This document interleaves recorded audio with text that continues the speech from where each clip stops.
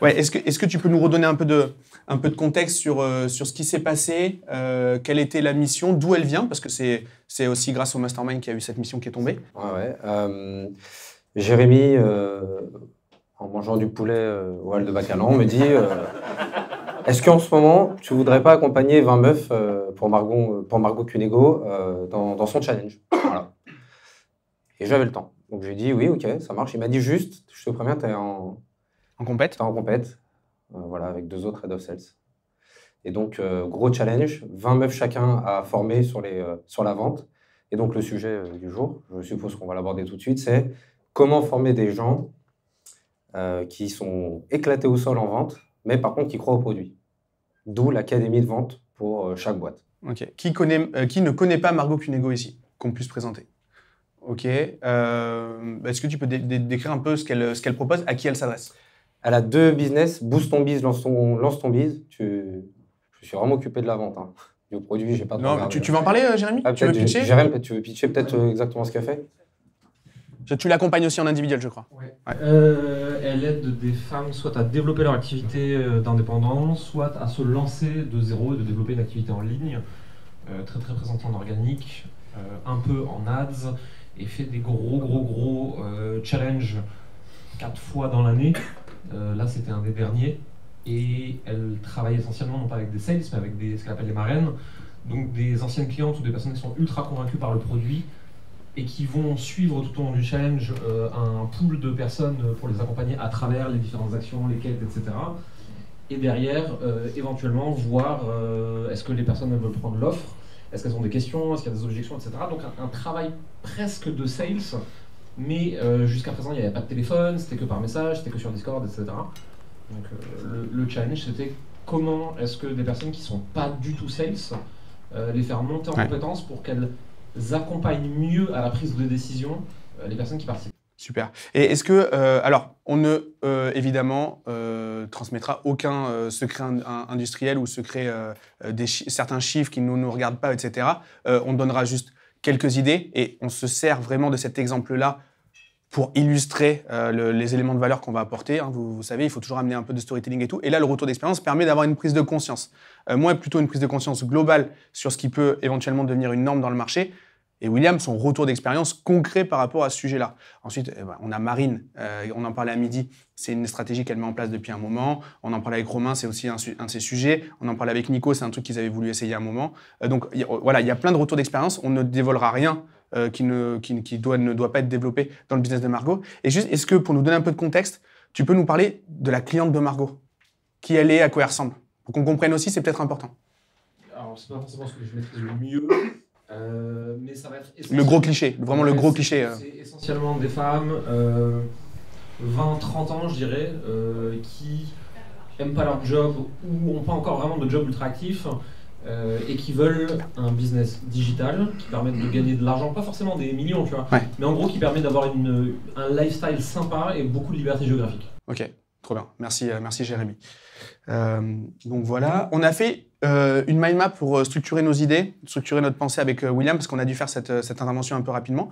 Du coup, la mind map, je vais l'afficher parce que le partager sur mon ordi, puis on vous la partagera. C'est une prise de notes, nous, pour nous aider à parler. Donc voilà, c'est pour vous aider. Je le partagerai. C'est pas des slides, hein, c'est pas aussi bien, mais il y aura au moins les éléments de valeur. Ok, c'est bon, vous voyez bien? Ok, c'est assez gros? Oui. Ok, trop bien.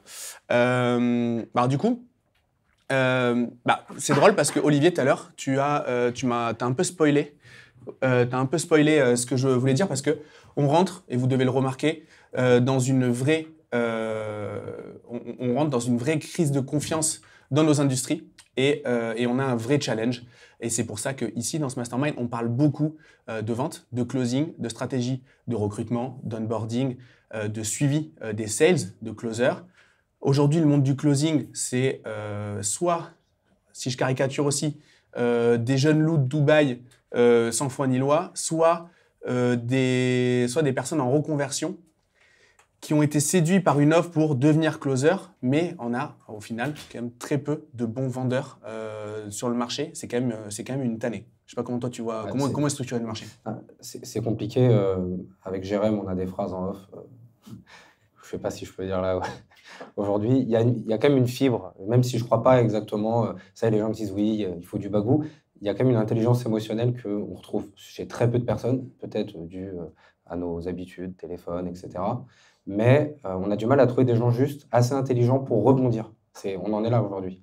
On n'arrive pas à trouver des vrais commerciaux. D'ailleurs, nous, on n'appelle pas ça des closers, on appelle ça des commerciaux, parce qu'en plus, au-delà d'être mauvais, la plupart du temps, émotionnellement, ils sont feignants. Et ça, c'est la deuxième problématique de cette société. Et donc, du coup, on a appelé cette formation avec Vincent, qu'on a mis en place, Commercial 360, parce qu'on veut qu'il fasse du setting, du closing, des follow-up, voire même de la prospection, voire du call dans pas longtemps, ou du warm call en tout cas. Voilà, on est vraiment en train de faire un truc pour qu'il soit 360 degrés en fait. Et c'est dommage en fait que ça se passe pas si bien que ça au niveau des ventes, parce que notre boulot, c'est de gérer une boîte, et la vocation de la boîte, c'est de générer du chiffre d'affaires, et ça se fait comment? C'est en vendant. Donc si on factorise un peu toute cette phrase-là, cette longue phrase un peu indigeste, notre métier, c'est pas d'avoir un santé équestre, c'est pas de faire du CRO, c'est pas de faire des sites WordPress ou de faire des maquettes sur Figma ou d'expliquer à des gens comment mieux vendre sur Vinted. Notre boulot, c'est de putain de vendre en fait. Notre métier, c'est ça. On n'est pas des experts de ceci ou cela. Notre boulot, c'est de vendre.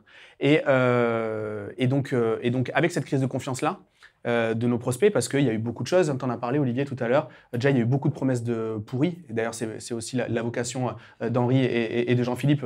Ce qu'ils viennent apporter ici, c'est justement avoir des promesses plus carrées, etc.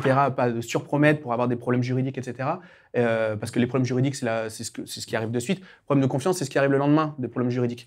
Et là, on est tous impactés par ces trucs-là. Donc il y a ça, il y a la crise de confiance. On a nos coûts par action, nos coûts par achat, qui augmentent aussi liés à cette crise de confiance-là, parce que les gens sont de moins en moins prêts à prendre des appels, etc. Parce que la ficelle du closer, il y a 5-6 ans, personne closait.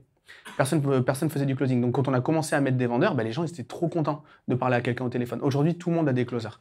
Et donc ils sont déjà faits avoir plusieurs fois. Les gens sont aware de ces techniques-là.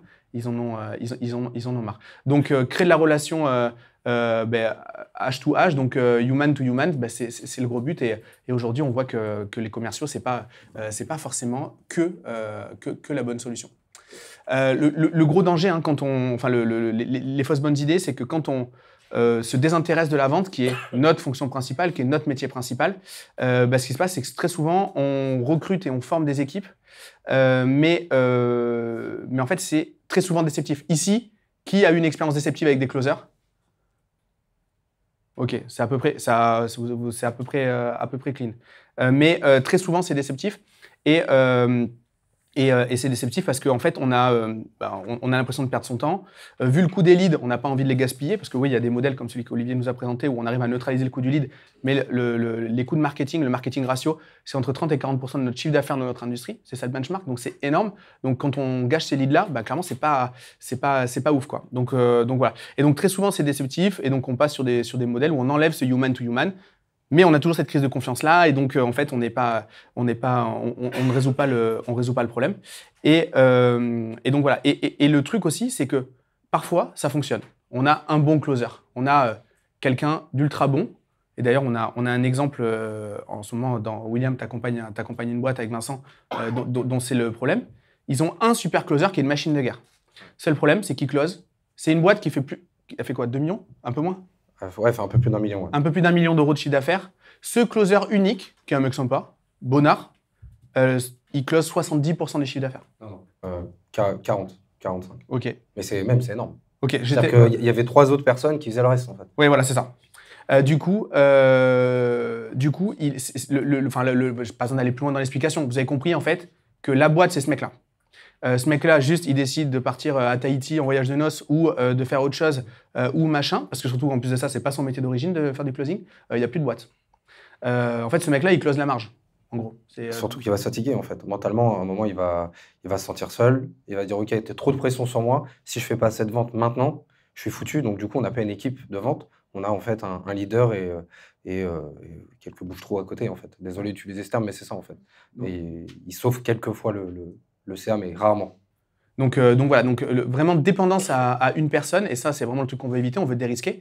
Et il y a un autre truc aussi, c'est que quand on réécoute, et ça c'est arrivé à plein de personnes ici, Yoni, on a eu la conversation en novembre ou en décembre, il y en a d'autres ici dont c'est le cas et qui bossent souvent avec William, c'est quand on réécoute, on se rend compte que ce truc, on prend des closers pour amener de l'humain à l'humain, et on se rend compte en fait que dans les réécoutes, il n'y a pas du tout de création de relation, il n'y a que de la transaction.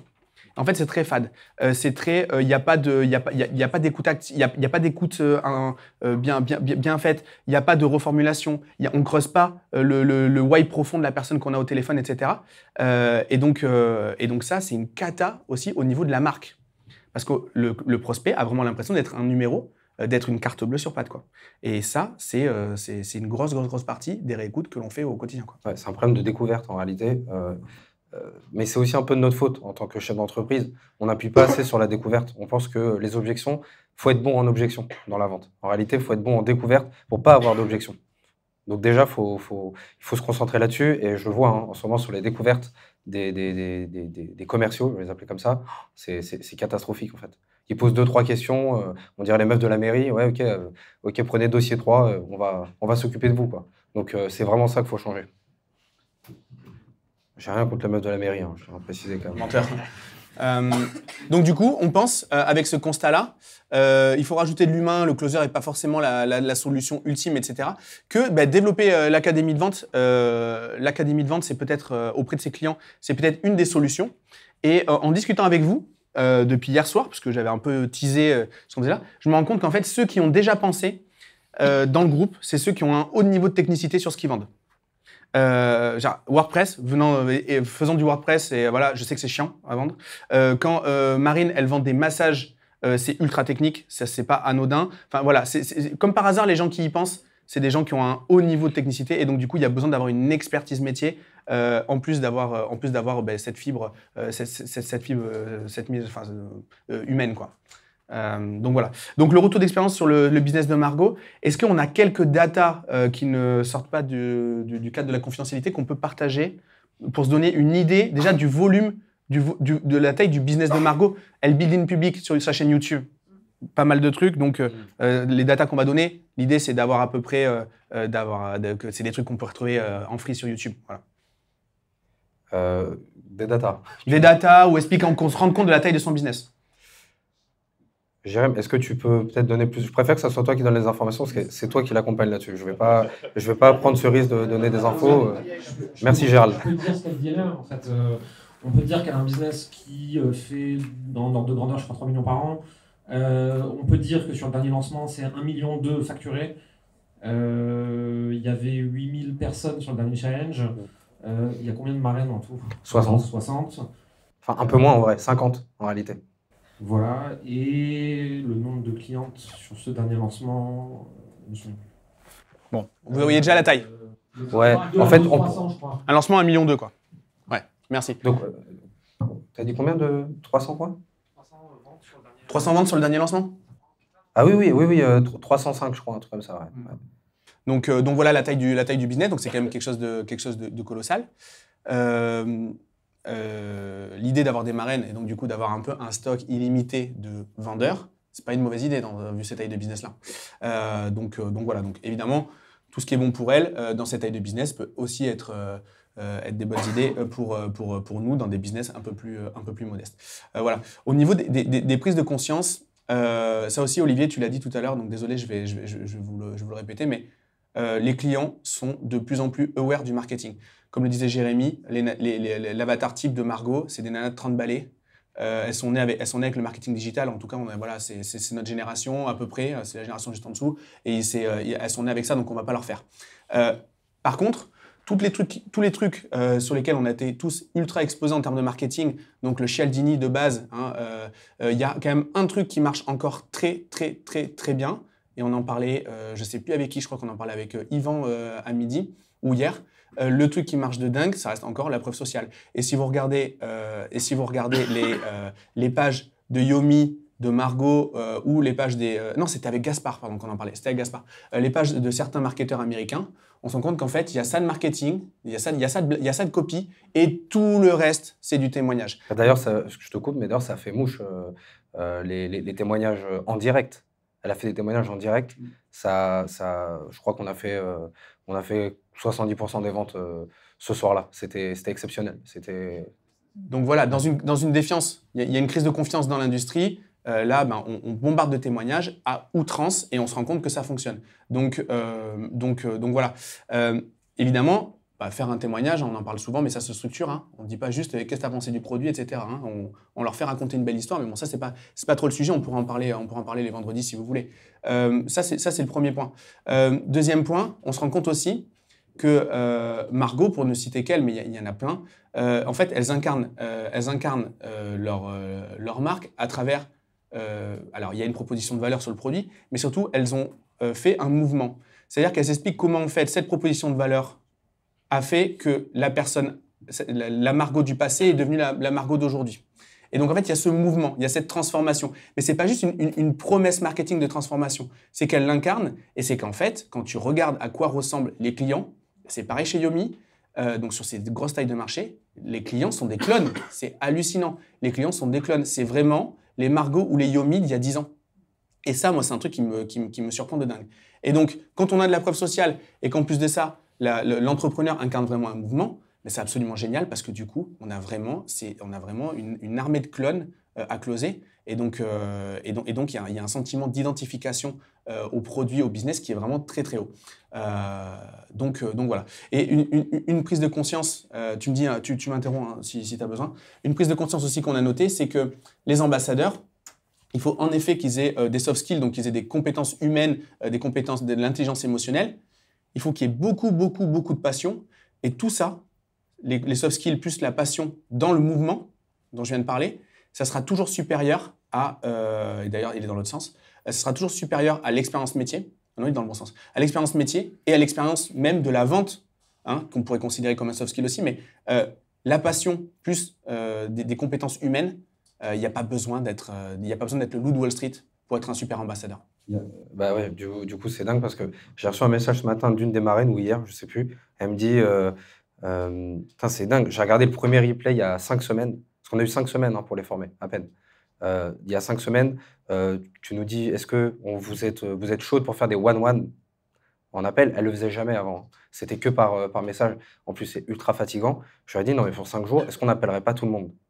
Et du coup, là j'ai eu des visages assez fermés, mais ce que je disais à Jérémy hier, le lendemain, on refait un deuxième call. Elles se sont toutes, voilà, elles ont digéré l'information.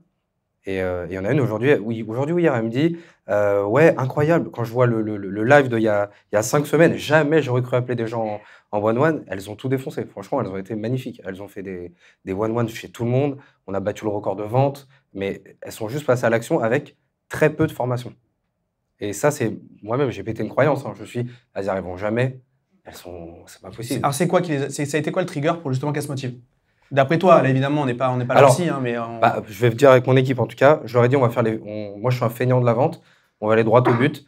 Est-ce que vous êtes des feignantes? Elles m'ont toutes dit oui. J'ai dit, c'est super. Donc, du coup, on va faire les feignants. Je vais vous dire des choses. Je vais penser à feignant, travaille pas, promène. Ouais, vraiment. À l'image, non. Non, bref, non, je fais pas de blague. Vas-y. Non. Donc voilà, en gros, j'aurais donné 2-3 techniques bien puissantes que j'ai appris dans l'immobilier pour vraiment closer. Là, je vais utiliser le mot closing, du coup, closer. Et elles ont mis en place. Il y a eu quelque chose qui les a choqués, ça s'appelle un SMS de culpabilité. Et là, c'était ouf. En fait, c'est un message pour dire, OK, t'as pas assez les coronesses pour acheter, salut, je passe à quelqu'un d'autre. Alors qu'en fait, les prospects, elles savaient qu'il n'y avait pas d'autres personnes parce qu'elles sont dans un groupe. Mais du coup, ça faisait tout de suite tilt. Elles ont fait des choses qu'elles n'ont jamais fait. Et c'est incroyable. Le résultat, c'est qu'on a fait pas mal de ventes comme ça. Et il y avait les messages d'ailleurs dans le groupe WhatsApp. Le message culpabilité, je vais l'utiliser pour mon propre business parce qu'elles ont déjà des business. Et il y en a qui ont fait des ventes déjà avant les 5 semaines dans leur propre business. Et ce que vient de dire William, c'est hyper important parce qu'on va en parler au moment du recrutement. Elles ont aussi leur propre business et on va voir qu'en fait, ce qu'elles viennent faire quand elles sont ambassadrices, ces personnes-là, elles viennent pas juste chercher les quelques milliers d'euros qu'elles vont avoir en commission.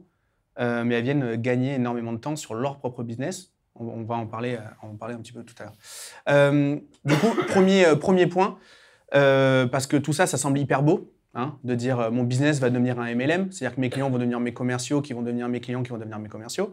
Mais en fait, c'est pas aussi beau que ça. Il y a une pyramide de responsabilité. Et nous, on a listé les trucs les plus flagrants, les plus critiques. Et on voit en fait qu'il y a deux personnes. Il va y avoir l'ambassadeur, il va y avoir le manager. L'ambassadeur, pour moi, c'est un petit peu l'armée de réserve. Vous voyez ? Tandis que le closer, ce sera plus l'armée professionnelle. Okay ? C'est plus comme ça que je le vois.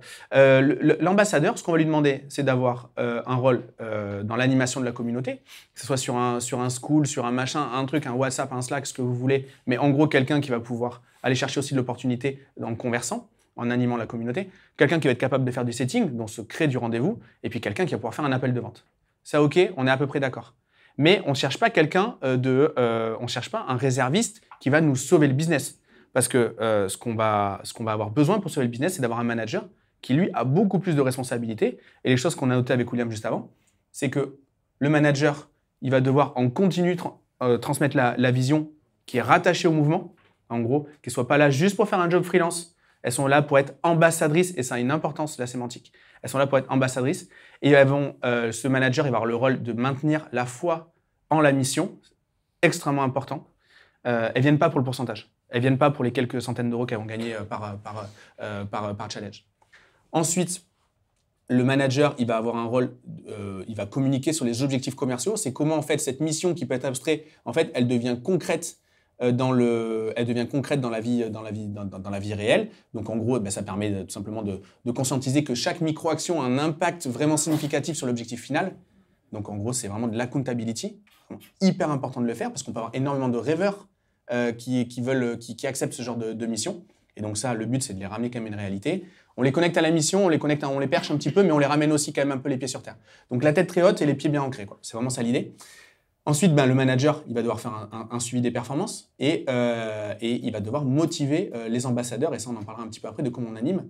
Et l'idée, c'est que le soufflet ne redescende pas. C'est-à-dire de maintenir cette vélocité et cette envie, parce que, comme on vient de le dire, ça reste des réservistes, c'est pas des professionnels, c'est pas leur métier de closer. Et donc, du coup, il faut quand même arriver à les maintenir haut en énergie. J'ai envie de dire, même avec les professionnels de la vente, vous le savez, chaque semaine est différente, ils n'ont pas la même motivation. Avec Vincent, on fait du head of sales externalisé. Et je peux vous dire qu'il y a des semaines, ils me détestent, il y a des semaines, ils m'adorent, il y a des semaines, ils veulent venir me voir, venir chez moi. Il y a des semaines, je pense qu'ils n'ont plus du tout envie que je leur parle. Et ça fait partie du jeu. Et le problème, c'est que souvent, on ne prend pas le temps de faire ça parce qu'on se dit, bon, si on a un bon marketing, ça devrait vendre. En réalité, si on ne fait pas attention au mindset de nos équipes, on est foutu. Et ça, je vous le dis, j'interviens même sur un petit truc. Souvent, je vois les meilleurs closers, vous les passez manager. Faute grave. Il faut vraiment laisser vos closers, les meilleurs closers closer. Parce qu'ils ne sont pas forcément bons managers. Et souvent, quand ils sont très bons closers, ils sont peut-être même un petit peu égoïstes. Ils aiment bien la compète. Pourquoi les casser ça? Donc, je vous dis juste, faites très attention à ça aussi également, parce que j'ai discuté avec certains, je ne sais plus, je vous ai dit surtout, ne passez pas vos meilleurs closers en manager, c'est très compliqué. Et retour d'expérience personnelle, c'est la même chose avec vos développeurs. Vos meilleurs développeurs web ne sont pas forcément vos CTO. Yvan, tu avais une question? C'est interactif, hein, bien évidemment, les amis. Alors, on va l'avoir, le pilotage en temps réel. Ta question, Yvan, juste pour la caméra. Du coup, est-ce qu'on a un process justement pour les maintenir au plus haut?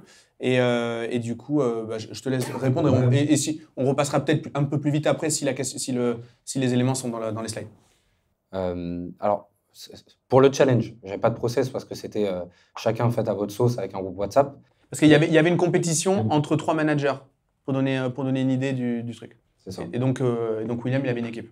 Voilà, c'est ça. Et juste, moi, je joue sur le chaud-froid.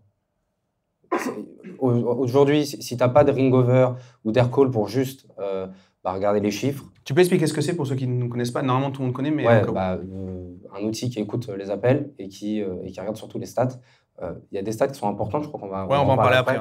Donc, je ne vais pas trop en dire tout de suite, mais le temps moyen par call vous indique déjà si oui ou non vous allez faire une semaine de merde. Mais ça, il faut avoir l'habitude de regarder ça. Et on va rentrer dans le détail après de ce TMC, l'assistant moyen Voilà. par call. Là, pour le coup, Margot, il n'y avait pas parce que c'était vraiment OK, bah, vous avez 20 personnes, vous avez un WhatsApp, vous les gérez comme vous voulez. Tout ce que je peux dire, c'est que je les ai embarqués avec moi. Je me suis adapté. En fait, j'ai closé les closeuses. En réalité, il n'y a que comme ça que ça marche. Jérémy m'a dit hier, tu as joué beaucoup sur l'humour. Elles attendaient ça. Donc, du coup, j'ai fait que déconner avec elles tout en apprenant. Et ça a fait mouche parce que du coup, elles sont sorties de leur zone de confort, hein, qu'on entend assez souvent. Et ça a été exceptionnel. Elles ont fait des choses qu'elles n'ont jamais faites.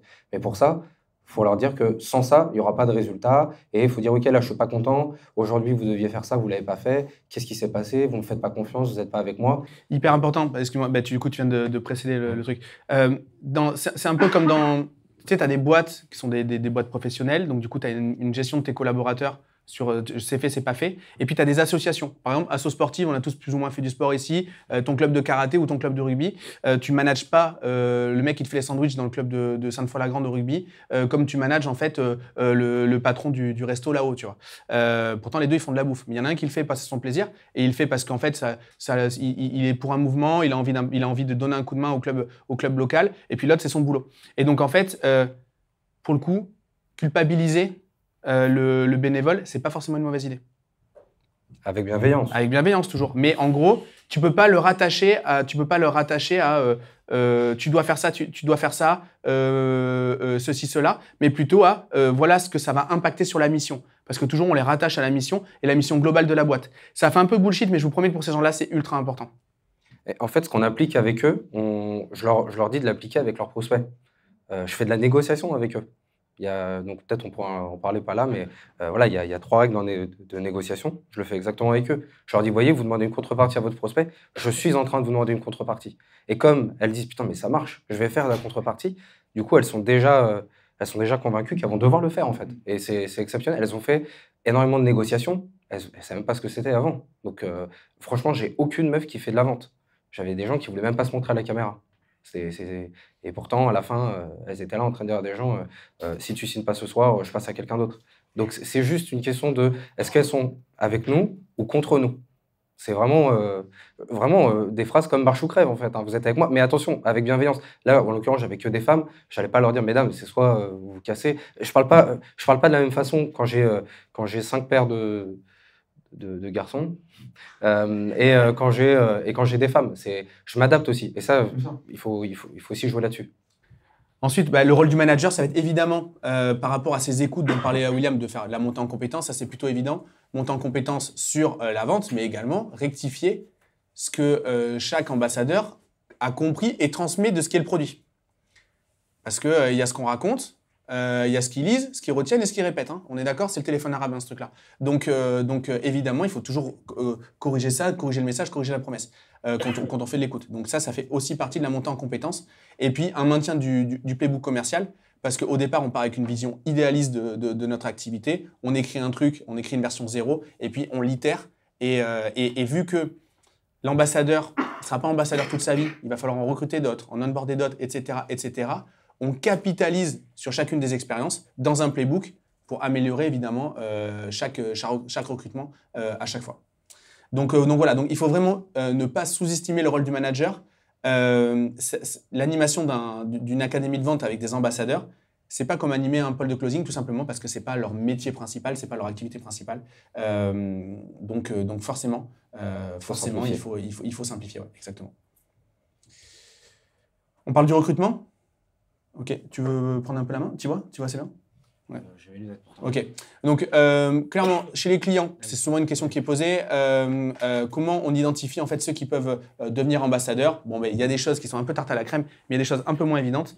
Déjà, c'est d'aller repérer les plus engagés au moment où ils sont encore au statut de client.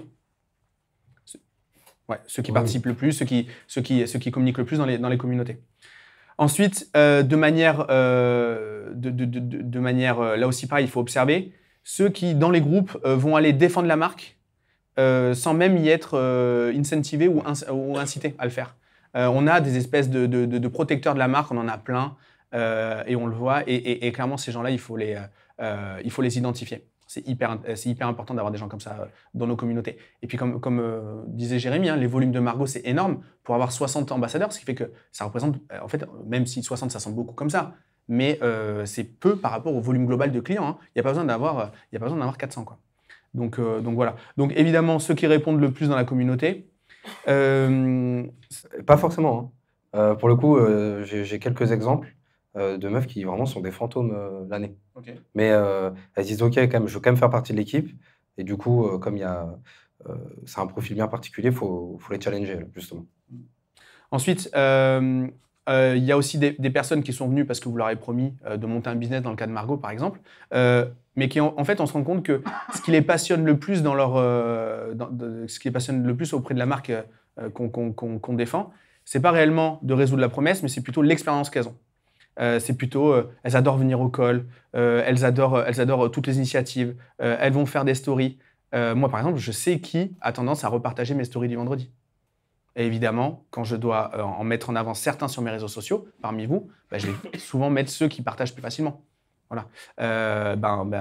C'est le même modèle. Donc ceux qui aiment l'XP, ceux qui sont des promoteurs.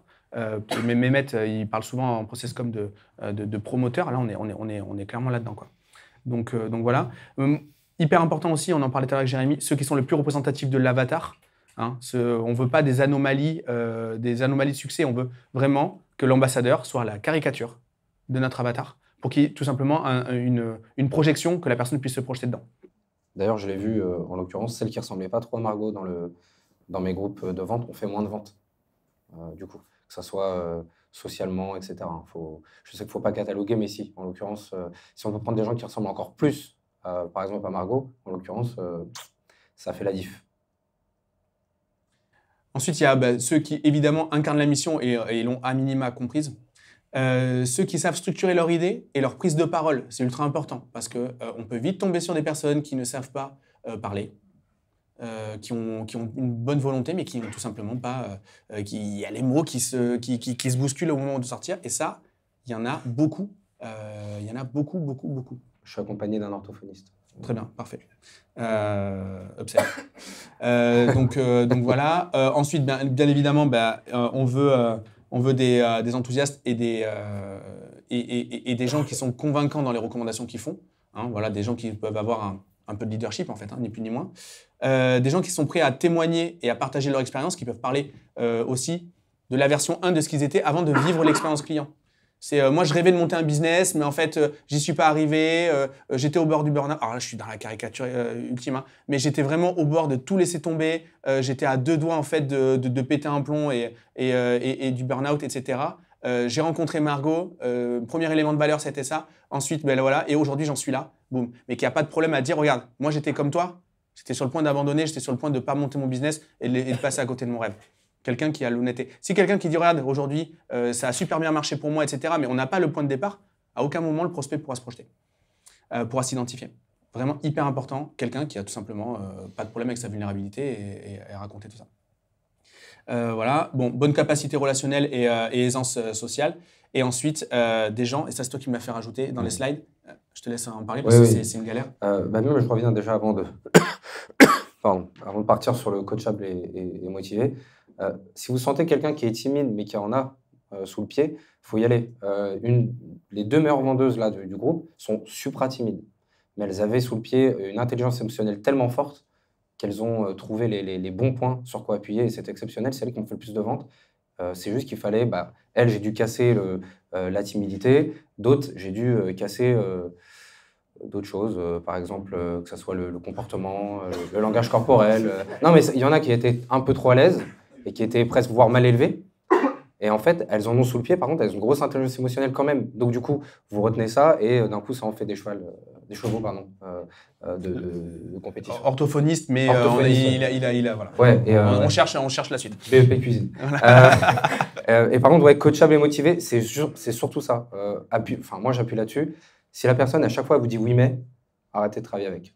C'est terminé. C'est-à-dire qu'en fait, elle va à chaque fois déjà douter de vos propres idées. Comment elle peut vous suivre? C'est impossible. Et de toute façon, de manière générale, les gens comme ça, moi je ne vous le cache pas, les gens que je recale pour le mastermind, qui ont le niveau et que je recale, c'est des gens qui déjà dans l'appel de vente savent tout et ne veulent pas faire évoluer le truc. Et là, je vous parle d'un truc réel, parce que j'en ai eu 4 la semaine dernière, ce qui est énorme. Normalement, je fais jamais 4 calls déjà par semaine. Et j'en ai eu 4 d'affilée. Voilà. OK, next. Et ça, c'est pareil pour les équipes de manière générale. Les non coachables, c'est bon, hein, on les laisse entre eux, hein, ils sont géniaux, de toute façon, ils n'ont pas besoin de nous. Donc ça, là-dessus, entre nous, hein, ils dégagent, que ce soit nos ambassadeurs, nos clients ou nos collaborateurs. Des champions du monde, on n'en veut pas. C'est pour ça que justement, on avait cette discussion, Gérald, on ne croit pas au web player, en fait. Le web player, c'est connerie. Il y a des gens qui sont très très bons.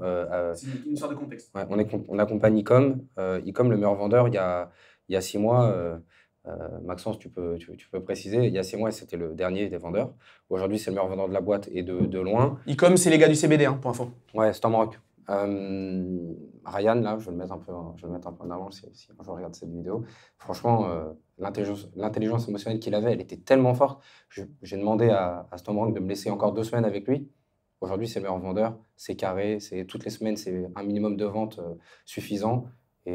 Alors que pourtant, il se faisait sur les mollets au départ. Donc ouais, non.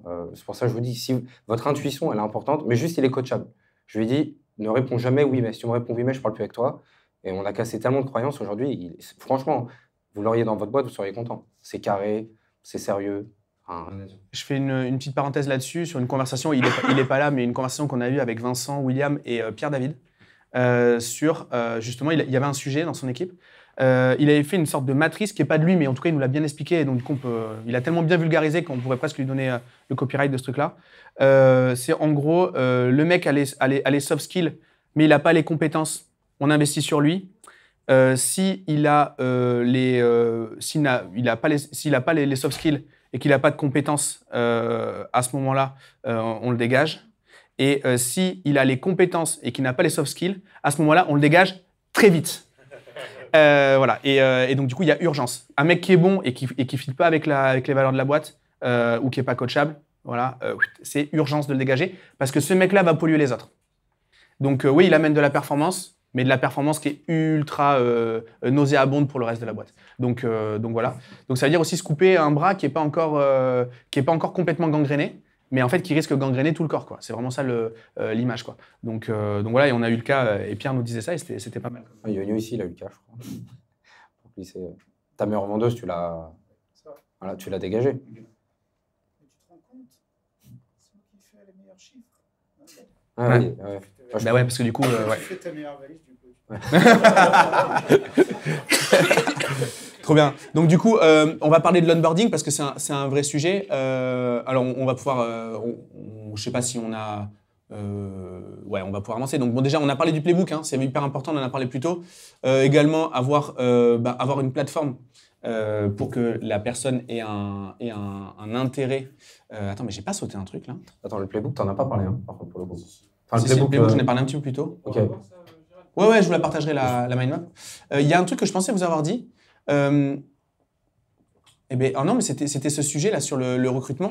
Ouais, une tannée. Il y a des personnes, et moi j'en suis même, ça a même été mon cas. Avant de lancer ce projet de mastermind ici, en fait, moi je voulais absolument lancer un mastermind et je n'avais pas spécialement envie de lancer mon mastermind. Moi j'ai proposé de lancer mon mastermind dans une boîte qui était déjà implémentée sur le marché. Et en fait, ce qui m'intéressait, c'était de me greffer au process de la personne que j'identifiais comme un leader sur le marché. Et donc, je lui ai carrément proposé. Moi, intra-entreprendre dans sa boîte à lui, ça m'aurait convenu. Vraiment, je n'aurais pas eu de difficulté. Au final, ça ne s'est pas fait, donc du coup, j'ai dû monter mon truc. Mais au départ, je n'avais pas spécialement envie de le faire. Et donc, en plus de ça, ça aurait été moi, je pense que ça aurait été vraiment un ajout positif. Donc, j'aurais très bien pu être un ambassadeur et lancer mon produit. Là, en l'occurrence, on parle de vente, mais moi, c'était dans le produit. Voilà. Et juste parce qu'en fait, j'adorais la méthode de travail. Et donc, ça ne veut pas dire que plus tard, je n'aurais pas lancé le mien, peut-être 3-4 ans plus tard. Mais comme disait William tout à l'heure, les nanas qui vont être ambassadrices chez Margot, elles ont leur business et en fait, elles ont envie d'avoir une sorte d'accélérateur de carrière, accélérateur de compétences. Surtout qu'en plus de ça, là, c'est du make money. Et elles ont envie de ça. Donc, elles y viennent pour la mission, parce qu'en fait, elles se reconnaissent dans le message de Margot, pour la toucher un petit peu, voilà, tu sais, avoir une relation avec elle, parce qu'on est quand même dans des business ou des business d'influence. Donc, il y a un petit peu ce côté-là.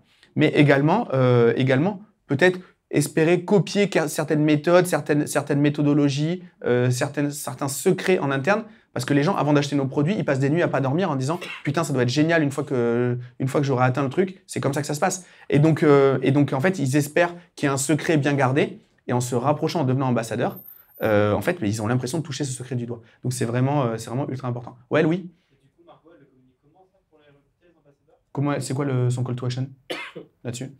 Je suis arrivé, c'était déjà fait. Juste, je pense qu'elles les ont sélectionnées sur est-ce que vous croyez au produit. Et toutes n'avaient pas de résultat, en l'occurrence. Mais juste, elles croyaient à fond au produit. D'ailleurs, même moi, pour me rassurer, je l'ai testé. On est d'accord que là-dessus, Margot, son truc, il n'y a aucune meuf qui m'a dit « Ah non, pas du tout, ça ne marchera pas ». Elles étaient « Ouais, mais complètement, nanani, mais c'est exceptionnel, ce qu'elle nous apporte, il y a tout ». J'avais des phrases comme ça. Donc, Juste pour info, nous, dans l'incubateur, ce qu'on faisait, c'était que le dernier, donc c'était des bootcamps d'une journée pour structurer son projet de création d'entreprise. La dernière vidéo, c'était une vidéo où j'étais face cam, alors qu'en fait, j'étais plus face cam.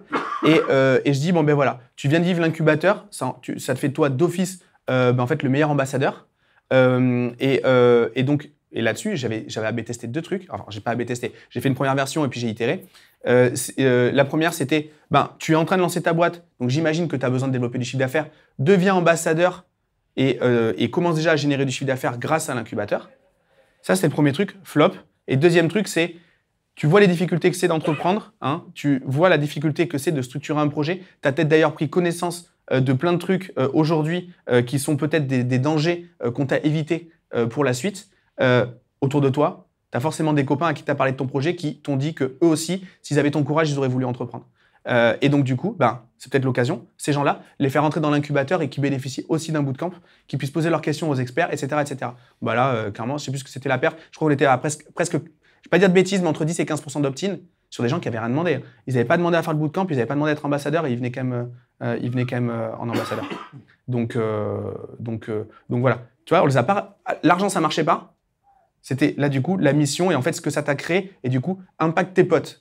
En gros, sens-toi un peu intelligent aussi auprès de tes potes. En mode, ah les gars, j'ai une bonne astuce. C'est quand ils vont à la CCI de Limoges pour avoir du conseil pour créer une boîte, autant dire que Brigitte ou Christine, elle va pas les transcender, quoi. Donc, ils venaient en mode, j'ai un bon plan pour créer ta boîte, tu vas être bien accompagné. Voilà. je crois que les fonctionnaires vont pas nous kiffer. Non. Donc voilà, donc au niveau de l'onboarding, on a dit une plateforme pour communiquer avec eux et qui a un sentiment de proximité, c'est surtout ça qu'il faut amener parce qu'elles viennent pour ce sentiment de proximité avec le manager ou avec l'entrepreneur d'ailleurs. Ensuite, au niveau de l'accueil et de l'intégration, tous ces trucs-là, c'est valable aussi pour les closers et je te laisse me corriger, mais vraiment donner de l'importance à chaque ambassadeur. Et donc, du coup, le présenter et vraiment lui expliquer mettre en avant la valeur qu'il va apporter au groupe. C'est pas juste des numéros. Vraiment, ils viennent, voyez ça comme des bénévoles dans une asso sportive. C'est vraiment hyper important. Ensuite, au niveau de la mission de la boîte, on la simplifie à l'extrême. Pas de playbook bullshit de 5 pages pour expliquer la mission de la boîte, comment évolue le marché, machin, etc. On liste 3 à 5 points, on les rabâche et on est sûr qu'ils les connaissent par cœur. C'est vraiment important. Alors, je sais qu'on y a passé des nuits à faire un truc intelligent et beau gosse sur Notion. On simplifie en 3 phrases, verbe, sujet, complément, verbe, sujet, complément, verbe, sujet, complément, et c'est tout. Vraiment hyper important parce que ça doit être vraiment intégré, cette mission. Ouais, d'ailleurs, j'ai fait un playbook juste d'une page pour le challenge. C'était vous prenez rendez-vous avant, vous prenez rendez-vous après, vous placez déjà vos rendez-vous, même si elles n'ont même pas commencé le premier jour du challenge. Comme ça, vous êtes sûr, vous les engagez. Enfin, des choses très très simples. De toute façon, je ne pouvais pas, j'avais pas le temps, j'avais 5 semaines. Donc, pour qu'on fasse autant de ventes. De toute façon, la simplicité, c'est jamais une mauvaise idée. Oui, non. De toute façon, moi, ça m'arrange en plus. Donc voilà, ensuite, on crée un momentum. Ce qui est hyper bien quand on fait ça, c'est que là, dans le cas de Margot, il y avait un challenge, donc c'est-à-dire qu'il y avait une date, les ventes allaient tomber tel jour. Donc du coup, ça motive tout le monde et on aligne tout le monde sur une deadline. Parce que sinon, les ambassadrices, elles ont leur gamin à aller chercher à l'école, elles ont la belle-sœur qui s'est cassé le poignet, du coup elle doit lui faire les courses, machin, enfin vous voyez, on connaît ces trucs-là. Bon ben voilà, mais donc là on crée un momentum et on fixe ça de manière absolue et pas de manière relative à leur motivation. Hyper important, c'est pour ça que ça marche super bien sur les challenges, les gros webis ou les lancements. Ok ? On est d'accord là-dessus. Ouais. Et ensuite, là-dessus, on n'hésite pas à faire un cadeau de bienvenue, c'est-à-dire, elles sont venues pour bénéficier du programme de Margot au départ en tant que cliente, mais pourquoi pas leur offrir un module supplémentaire, leur offrir un coaching supplémentaire, etc. En tout cas, on valorise le fait qu'elles ont intégré ce groupe même si elles n'ont pas encore fait un seul appel de vente. Ouais, je leur ai dit valorise. tiens, je te coupe, mais je leur ai dit que là, d'ailleurs, on le fait mardi prochain. Je leur fais un coaching gratuit sur. Elles viennent avec des questions sur le business et en particularité la vente. Et du coup, je leur ai dit si vous atteignez plus de 100 ventes, je leur ai dit coaching gratuit. Donc, elles ont droit au coaching gratuit. Donc voilà, donc après, au niveau de la formation et de l'accompagnement, toujours pareil, on ne cherche pas à en faire des loups de Wall Street. On se base sur 3 grands trucs. Formation sur l'avatar, sur sa psychologie. Et donc, l'idée, c'est que dans cette formation, on leur explique comment, quand tu as un interlocuteur, tu vas chercher sa motivation profonde, hein, ce qu'il vient faire. Parce qu'en fait, la meuf, elle ne vient pas pour apprendre à poster des trucs sur Instagram. Elle vient pour monter sa boîte, peut-être qu'elle a jamais eu confiance en elle, peut-être que ça a toujours été bobonne, peut-être qu'enfin elle va s'occuper d'elle pour la première fois de sa vie, elle va pouvoir faire un truc où elle existe. Donc elle vient pas acheter une formation pour apprendre à devenir community manager, elle vient acheter une formation pour arrêter d'être bobonne en fait. Et si on arrive à creuser ça et qu'on ne parle que de ça, c'est vachement mieux que de parler des caractéristiques de la formation. La formation et pas la perceuse, quoi. Exactement. Tu peux le redire, tu dirais. Je pense que vous connaissez tous l'histoire, j'arrête pas de dire ça depuis un an, je crois, trou perceuse. On va rester là-dessus. Quand vous achetez une perceuse, c'est pas pour acheter une perceuse, c'est pour faire des trous. C'est exactement ce que font les prospects. Donc, c'est ce que je dis en argumentaire, arrêtez de vendre le programme, ils en ont rien à foutre. Si vous leur dites faites 10 pompes, vous allez gagner 1 million d'euros, vous allez voir le nombre de personnes qui vont faire 10 pompes. Donc, ils veulent gagner de l'argent, ils veulent sortir de leur vie. Donc, arrêtons de vendre le 40 heures de vidéo, les 5 coachs par semaine, les 5 coachings par semaine. Les gens s'en foutent. Ils veulent arriver, ils veulent un point dans le GPS. Ensuite, donc, une fois qu'on les a formés sur l'avatar et donc du coup comment on creuse ça, on va leur parler de la vente. Mais là aussi, pareil, on va pas en faire, on leur fait pas faire 5 ans à l'ESSEC, hein, on s'en tape de ça. L'idée, c'est de leur parler de 3, 4 grands principes, toujours pareil, on simplifie sur la technicité de la vente. Mais pareil, on n'en fait pas des loups de Wall Street, c'est vraiment pas l'intention. On reste vraiment très très basique. Oui. Temps de parole, des choses basiques, hein. Je leur dis, si vous parlez plus de 60%, c'est que plus de 40%, c'est que vous êtes trompé. Des phrases toutes bêtes, hein. Vous avez 2 oreilles et une bouche, c'est qu'il y a une raison. Enfin, des trucs qu'on entend, mais qu'en fait, on ne fait pas. Nos propres closers, nos propres commerciaux ne le font pas déjà. Regardez le temps de parole de vos commerciaux, vous allez être choqués. La plupart, ils feront entre 60 voire 70. Donc du coup, c'est-à-dire, ça c'est une faute grave, hein, pour un commercial. Donc déjà, juste des règles basiques en fait, tout simplement. Ensuite, on présente le playbook. Donc ça, là-dessus, on peut le faire soit en live, soit on peut le faire de manière asynchrone. On explique juste le fonctionnement de la boîte, comment elle est structurée. Il y a un pôle livraison, il y a un pôle marketing, il y a un pôle vente, il y a un pôle machin, truc. Ok, on explique tout ça. Le rôle de chacun, et notamment le leur. Donc là-dessus, on revient sur la pyramide des responsabilités.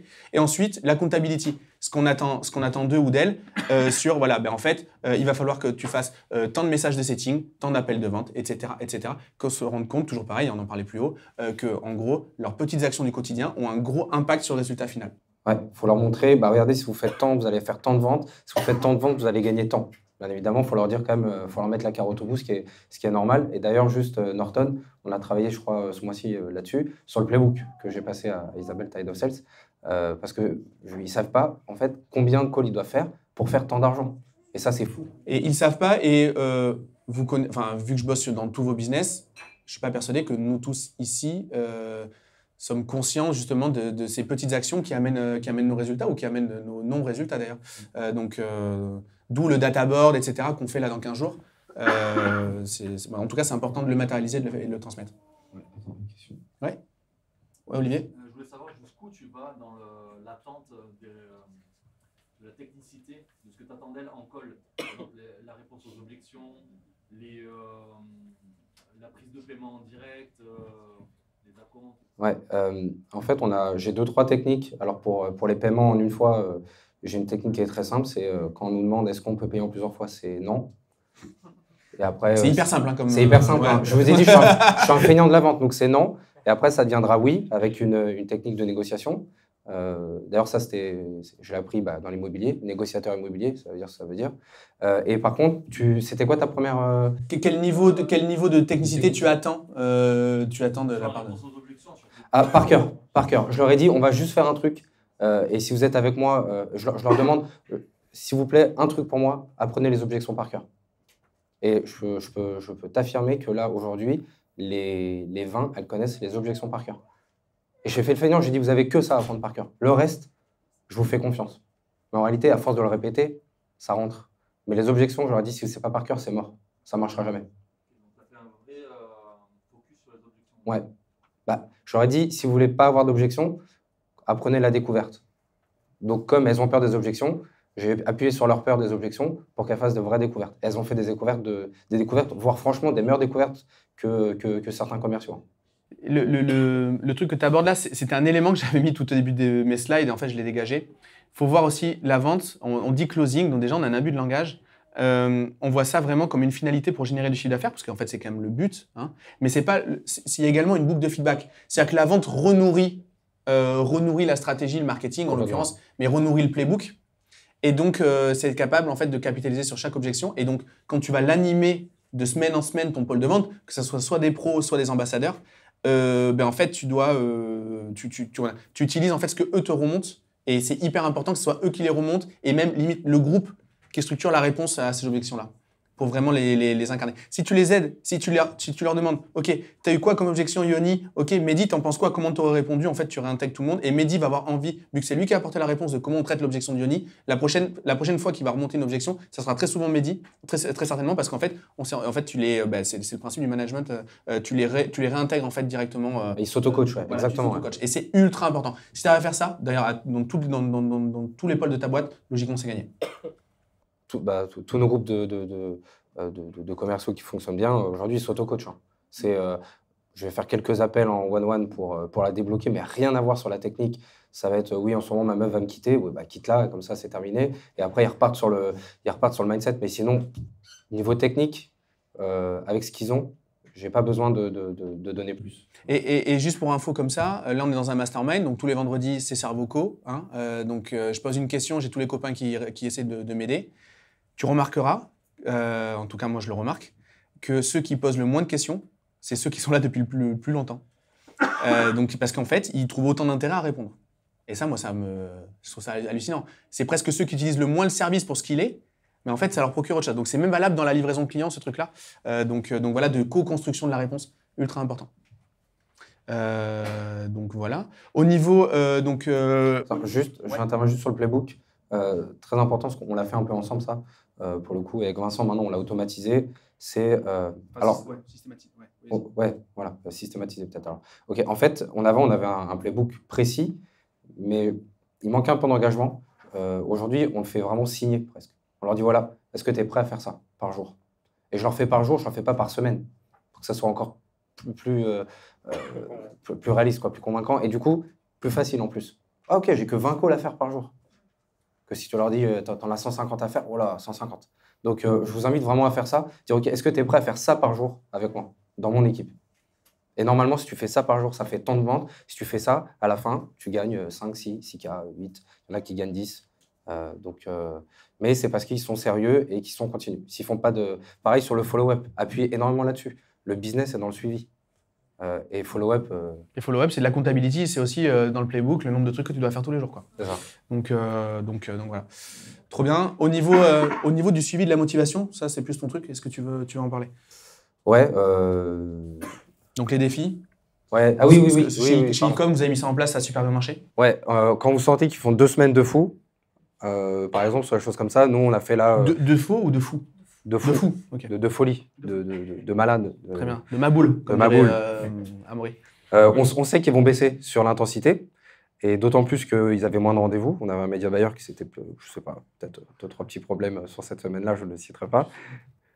Quoi, quelqu'un, tu veux le citer? Non, surtout pas. Et donc, donc on avait 38 rendez-vous en moins. Ils ont fait presque le même chiffre parce qu'ils ont continué sur le setting. Et j'ai rajouté un truc tout con. Hein.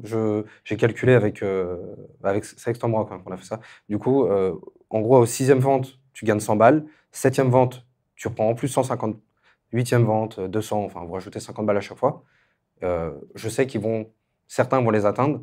Donc, en fait, je sais où je vais les amener et j'arrive à les manager comme ça. Et après, je les fais culpabiliser. Ok, en fait, je vais arrêter de faire des challenges, en fait. C'est trop pour vous. Je croyais que cette semaine, vous étiez chaud. En fait, non. Vous avez fait 2 bonnes semaines, mais vous êtes bon sur 2 semaines. Je vais engager une 2e équipe. Vous voyez, des choses comme ça. J'ai fait culpabiliser et du coup, par ego, parce que le commercial a de l'ego, il s'énerve un petit peu et il me fait des ventes avec 38 rendez-vous en moins. Et il me fait sensiblement le même nombre de ventes. Et il me fait 200 appels, 200 appels de setting par semaine à 4. Donc vous imaginez, on a rappelé toute la base, quoi. La période de la terreur, c'était pas que post-révolution, c'est aussi dans le management de William. Ouais, bah, j'essaie de... Donc ouais, hyper important aussi, on en parlait tout à l'heure, sacraliser le momentum. C'est donc il y a un lancement, il y a un gros webi, il y a un challenge. Bon ben ça, toujours, hein, on rappelle presque au quotidien, J-20, J-19, J-18, et on fait monter la pression, hein, on fait monter le truc, c'est ultra. Les changements de prix aussi. Quand vous augmentez votre prix, Norton. Quand vous augmentez votre prix, voilà, faut rappeler toute la base et dire attention. Ouais, c'est un momentum, hein, un événement marketing. Ah, complètement, ça, un momentum. complètement. Ok. Faire des feedbacks réguliers, des récompenses, faire un classement et des mises en avant. Ils viennent aussi pour avoir de la reconnaissance. Donc là-dessus, ça coûte rien en plus de faire ça. Ça coûte que dalle. Ouais, non, moi j'ai rendez-vous chaque lundi avec les équipes. Il y en a toujours un qui prend pour son grade et comme ça ils se vénèrent. Les autres le tartinent également. Et puis après, la semaine d'après, il y en a un qui est dernier, il se fait tartiner également. Donc ça marche très très bien. Mais attention, toujours dans la bienveillance et tout. Il faut quand même amener un truc. Ok, je suis là. On en doute, mais. Non, n'ayez aucun doute. J'ai eu... Il y a de la nuance dans son propos. Hein. Non, mais de toute façon, ils sont freelance. Non, franchement. Jean-Philippe va nous faire un contrat histoire qu'on soit carré. Oui, justement, c'est bien que tu l'aies ramené, j'ai besoin. On a un invité. Ah. Tu veux faire du closing?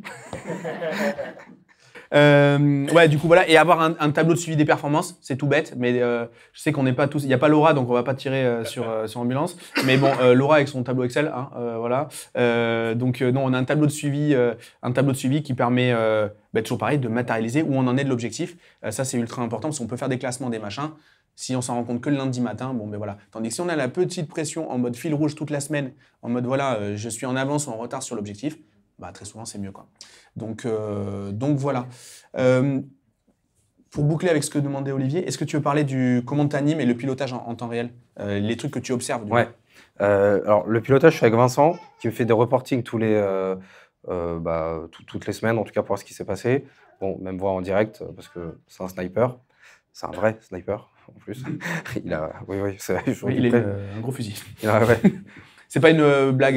Oui, j'en sais rien. Je connais pas son fusil, hein, mais bon. Quoique. Et non, en fait, on regarde plein de choses. Tout à l'heure, je parlais justement du temps moyen par call. Quand vous voyez que vous êtes mercredi soir et que ils sont à 2 minutes avec des appels de setting, par exemple, là, ce qui s'est passé cette semaine, vous êtes obligé de mettre une cartouche d'urgence tout de suite. Vous savez que vous allez faire une semaine de merde. Donc, je les ai appelés hier soir, je les ai remotivés. Aujourd'hui, ils font 6 ventes ce matin. Ils vont encore faire 4 ce soir. Ils ont rattrapé toute la semaine.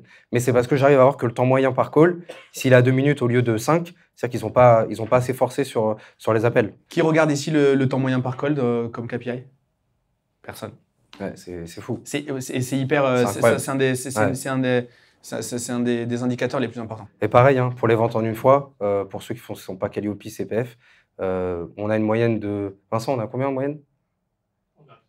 On a plus de 50% de ventes en une fois parce qu'on les forme sur la négociation, sur la non-sacralisation du prix également. Il y a plein de choses comme ça. Et pour nous, en tant que chef d'entreprise, qui dit paiement en une fois dit trésorerie. Donc, il faut aussi le prendre en compte, c'est important. Et il y a très peu de gens, je trouve, qui le prennent en compte. On est super content du facturé. Le facturé, c'est bien, mais vous n'êtes pas sûr que la personne ne va pas annuler son paiement. En tout cas, peut-être 15-20% vont peut-être annuler sur le troisième paiement, si c'est en 3 fois. Et autre chose aussi qu'on regarde, alors j'ai dit TMC sortant, TMC entrant aussi, si vraiment vous voulez être précis. Le nombre de calls par jour, important. EMI, s'ils font du setting, nous on leur demande un nombre de calls de setting. Après, attention, si par exemple le gars m'a fait 2 appels de setting qui sont transformés en closing, qui les a transformés, je ne vais pas lui dire quoi, aujourd'hui tu m'as fait que 2 appels, c'est super. Il rattrapera ses appels plus tard, ou encore mieux, le lendemain il me fait la même. Mais du coup, nous, je crois qu'on a, en termes de taux, on a 30% de ventes en setting. De ventes grâce au setting, ok. Parce qu'il y a un nombre minimum à faire d'appels émis. Je précise appels émis, parce que sur le setting, vous allez peut-être avoir, je ne sais pas, sur 100 personnes, bon, là, ils n'en font pas ça, en l'occurrence, je vais prendre vraiment cet exemple, 40, ils vont peut-être avoir que 5 personnes réellement, et sur les 5, il y en a peut-être que 3 qui vont être dispo pour vraiment partir en closing. C'est ce que je leur dis, faites pas du setting pour prendre un rendez-vous, même si à la base, c'est pour ça. Si au début, la personne rentre dans les clous en termes d'envie et que voilà, elle est fit, dites-lui, est-ce que tu as 25 minutes à m'accorder? Si c'est oui, on est en closing. C'est terminé. Du coup, d'ailleurs, on a un taux de, regardez ça aussi, on a un taux de closing en 9 jours en moyenne. Le prospect, il rentre, 9 jours après, il est closé. Donc, pourquoi? Parce qu'on ne laisse pas de R2, on ne laisse pas de R3. C'est un R2. D'ailleurs, le R2, je ne l'appelle pas R2, je leur dis rendez-vous décision finale. Comme ça, au moins, c'est clair, net et précis, ils n'ont pas le droit de faire un R3. Ça paraît un peu bullshit, mais la sémantique dans votre management est ultra important. Ah oui, R2, bon, R2, ça veut tout et rien dire. Pour moi, R2, c'est un truc sur la play, quoi. C'est vraiment. Mais rendez-vous de décision finale, ça veut dire ce que ça veut dire, quoi. Il faut être bon dans la sémantique. Ouais, Appel de découverte, rendez-vous de décision finale. C'est ça. Parce que sur le R1, je ne laisse pas partir le prospect s'il ne m'a pas dit pourquoi il n'achète pas. Et s'il n'achète pas, je vais le faire galérer avant qu'il raccroche. Pour qu'il se dise, putain, ça n'a pas été facile, mais j'ai obtenu un petit sursis. Il faut que ça soit une chance pour lui, le sursis, et pas quelque chose de donné normalement. Comme d'ailleurs le paiement plusieurs fois. C'est un cadeau, le paiement plusieurs fois. Il faut vraiment le prendre comme ça. Et si vos closers ou vos commerciaux vous suivent là-dessus, vous verrez, ils n'ont plus aucun problème. Ils seront à l'aise de dire non, il n'y a pas de paiement en plusieurs fois. Parce qu'eux-mêmes, ils savent qu'ils vont être payés en plusieurs fois. Donc, du coup, au lieu de gagner 50 balles, ils vont gagner 350 balles et ils le savent. Voilà. On a noté, et là c'est un petit peu moins, c'est moins quantitatif, c'est plus qualitatif, mais, et je pense que Vincent ne nous dira pas le contraire, documentation de tous les appels et de tous les échanges dans le CRM. Vincent, il gère justement l'implémentation et le suivi CRM. C'est pour ça qu'il peut nous sortir des stats comme ça, parce qu'en fait, il a de la data, parce que les stats, il ne va pas les inventer. C'est ultra important. On veut capitaliser, on veut... je vais passer le micro, Vincent, tu veux? Non, mais tu parlais de tableau... Ouais, tableau de suivi. Ouais. Non. Moi, comme je dis, Google Sheet, ça porte bien son nom, c'est de la merde. Moi, je me le dis dans un CRM.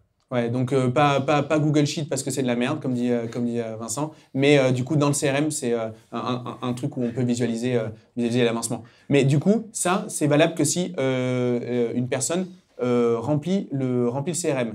Et moi, j'ai déjà eu le cas d'un super closer qui ne remplissait pas le CRM.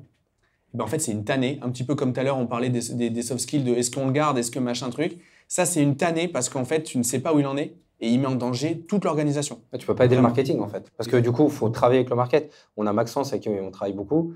En temps réel, ce qui est bien, c'est qu'il arrive à se remettre en question pour un média buyer, ce qui est rare. Du coup, je lui dis, franchement, là, on a des leads de merde. Donc, je ne le dirai pas à mes closers, mais évidemment, j'ai un double discours comme un homme politique. Mais en tout cas, quand j'écoute les appels, je me dis, OK, là, vraiment, on a vraiment des leads de merde et des mecs qui sortent de prison et des mecs qui ont 12 ans. C'est compliqué. Voilà. Donc, ce genre de choses fait que si le commercial ne remplit pas le CRM, c'est foutu. Ça, vous n'allez pas pouvoir le savoir. Et du coup, vous allez payer vous allez le payer, tout simplement. Donc voilà, on va faire vite, histoire de finir vraiment à 18h et de vous libérer. Il y a une question qui revient souvent concernant les closers, et on a anticipé le truc.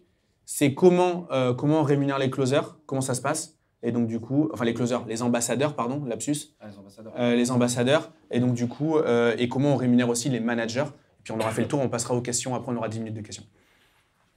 Ça dépend.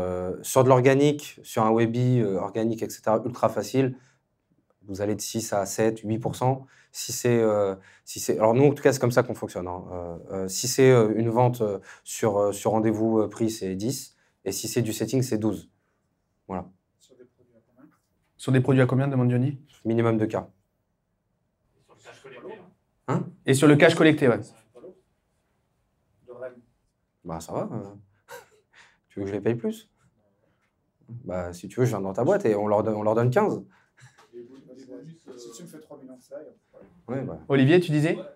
Il y a des structures de bonus sur le cash collecté, le taux de closing, etc. Ouais, je l'ai un... Vas-y, un truc là-dessus. Ah ouais, non, vas-y, ok. Oui et non. En fait, nous, on a une idée, c'est que la prime, c'est exceptionnel. Je vois beaucoup de... Je sais qu'il y a mes concurrents qui disent « Ouais, s'ils atteignent tel niveau, il faut leur donner tant. » Bah, je ne vois pas pourquoi tu aurais une prime pour faire ton travail normalement. Par contre, je veux bien te donner une prime quand ça devient dur, quand il y a moins de rendez-vous, quand tu as fait 2 semaines de dingue. Je veux bien te motiver là-dessus. Mais la prime, pour moi, c'est pas, on ne fait pas de 13e mois, quoi. Sinon, tu vas salarier, en fait. Les chasseurs de primes, c'est l'ennemi de ta boîte. Ouais. Vraiment.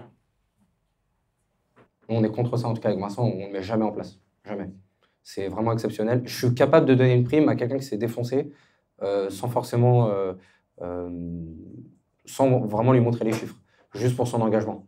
C'est bien plus puissant.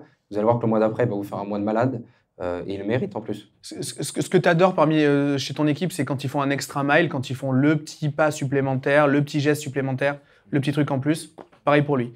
Et en fait, c'est un levier de dingue. C'est un levier de dingue de dire putain, il a pensé à moi, quoi. Et quand le manager fait aussi un extra mile, ça fait kiné à chaque fois. Louis, tu avais une question? Vous avez dit, vous n'aimez pas les chasseurs de primes, ceux qui cherchent. Ouais, les chasseurs de primes, les mecs qui viennent que pour des primes, il faut les éviter dans ton organisation. Mais vous mettez quand même des primes dans l'organisation. Ouais, on met des primes, mais les primes, elles sont exceptionnelles. Les primes, ça va être un challenge de 2 semaines, par exemple, quelque chose comme ça. Ça ne sera pas tous les mois, si tu fais 50K d'encaissés, c'est tant. Et par exemple, j'avais. Alors, voilà, la question de Louis, je répète pour la caméra. Du coup, toi, tu as un challenge de cash collecté versus vente, donc en gros des paiements en une fois. Et donc, du coup, toi, tu as un système de prime ou c'est une question concernant. Enfin, tu majores en fait la prime quand c'est du paiement one shot. Ouais, par exemple, ça, pour Ok. avoir plus de paiements one shot. Ok. Ouais, non, on l'a fait un peu avant Noël, pour le coup, avec pas mal d'équipes. C'était en gros. Alors là, je réduis le nombre de ventes à réaliser en une fois. En l'occurrence, c'était 4 ventes en une fois, égale la 5e offerte. Donc la com de la 5e était directement distribuée et ça a permis d'encaisser avant décembre parce qu'on savait qu'ils allaient partir en vacances. Donc moi, j'avais prévu le truc, je savais qu'ils allaient travailler 15 jours. Donc pendant 15 jours, ils étaient comme des dingues en fait. Je te donne un exemple. Tu fais un gros Black Friday, ok? Bon, tu sais que tu as rentré du cash et tout, machin. Ils ont eu un gros volume de leads. Problème, c'est que décembre, janvier, c'est un peu la merde. T'as pas de prospects. Tu leur as promis 8 calls par jour, t'es à 4. Tu vois. Mais tu as rentré un peu de cash avant. À ce moment-là, pense au maintien de leur niveau de vie à eux. Et à ce moment-là, tu dis, bon les gars, on n'a pas envoyé le nombre de leads. Donc du coup, exceptionnellement, en fait, on a majoré le truc. Fais-le, tu vois. Quand tu maintiens leur niveau de vie, c'est des collaborateurs, c'est normal, tu vois. Et donc, c'est un peu comme si tu avais des salariés et qui disent, en fait, là, je change d'appart, j'ai besoin de payer la caution de mon nouvel appart, plus la caution, le mois d'avance, le machin. Est-ce que tu peux me payer le 15 au lieu de me payer le 25? Bon, mais tu vas le faire, pour toi, ça change rien, tu t'en fous. Mais là, vois-le un petit peu comme ça, tu vois. La prime, mets-le pour les arranger quand tu arrives, toi, à pas faire le boulot que tu leur as promis, tu vois. En fait, c'est plus, tu les dédommages. Ouais, en l'occurrence, c'est ce qu'on a fait pour je vous ai dit, les 38 rendez-vous qu'on a eu la semaine dernière en moins. Du coup, je leur ai dit excusez-moi, etc. Il faut savoir aussi faire des choses comme ça. Donc, excusez-moi, vraiment, je m'excuse. Je ne sais pas si cette semaine, vous allez réussir à faire le même nombre de ventes. Vous êtes chaud, je vous fais confiance, mais vraiment, si vous ne le faites pas, ce n'est pas grave. Du coup, il y a un gars qui a dit mais comment ça, on ne va pas les faire? Et en fait, ils se sont auto-motivés, c'est exceptionnel. Mais parce que c'est des équipes saines. Et aussi, je voudrais juste dire un truc, tu l'as dit tout à l'heure, mais je vous le dis juste, appuyez pas sur un seul et même closer. Je vois beaucoup de gens qui font ok, bon, toi, comme tu es trop fort, tu vas pas s'aider. Faute grave. Faute grave, du coup, ça crée de la jalousie, sauf que ça va pas le dire, ça va être en off.